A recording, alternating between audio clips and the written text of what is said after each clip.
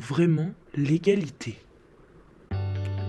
Malgré le désir croissant des Français pour plus d'égalité, nos actions et politiques semblent impuissantes à freiner l'accroissement des inégalités.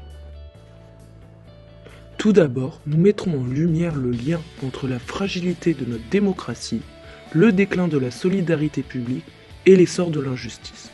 Ensuite, nous explorons ce paradoxe troublant où nos efforts pour dénoncer les inégalités semblent renforcer ces mêmes disparités. Ces inégalités proviennent avant tout d'un changement, comme les troubles dans les institutions les plus intégrées au niveau central domicile, travail, école, État et services publics qui peuvent également perturber les relations, surtout si leur légitimité est facilement remise en question.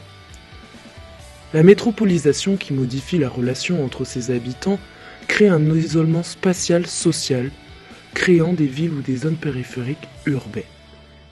Les perceptions et les sentiments personnels peuvent aggraver ou provoquer un sentiment d'isolement qui peut conduire à une dégradation.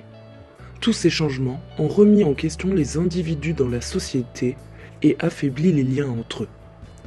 Alors que pourtant la collectivité, elle, permet à chacun de bénéficier de la protection ou non disponible dans son réseau social ou dans le réseau familial, lui permettant de s'en affranchir.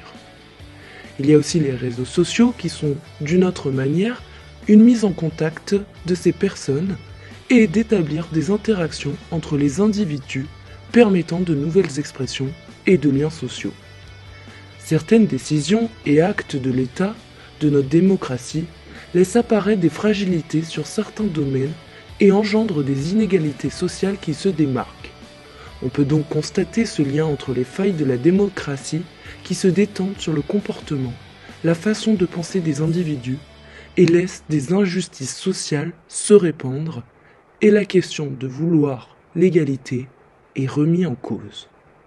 Ce constat permet une certaine réflexion, l'engagement qui peut être défini comme une forme de participation durable à une action collective visant à défendre ou à promouvoir une cause.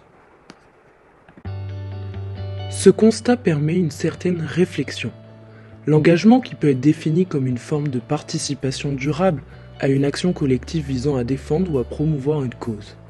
Cette promesse contient la valeur de l'action ou de la cause que l'individu décide d'entreprendre. Il est intéressant aussi de souligner les multiples formes actuelles de participation d'engagement qui à leur tour indiquent de nouveaux liens sociaux et une baisse de ces inégalités. Donc ce constat ramène à rappeler quand même la différence et le lien entre la définition de l'égalité et de l'équité. L'égalité, c'est une mesure objective des avantages, droit aux ressources disponibles. L'équité renvoie à un sentiment de justice dans leur répartition même inégale. L'équité n'est donc pas opposée à l'égalité ni aux inégalités.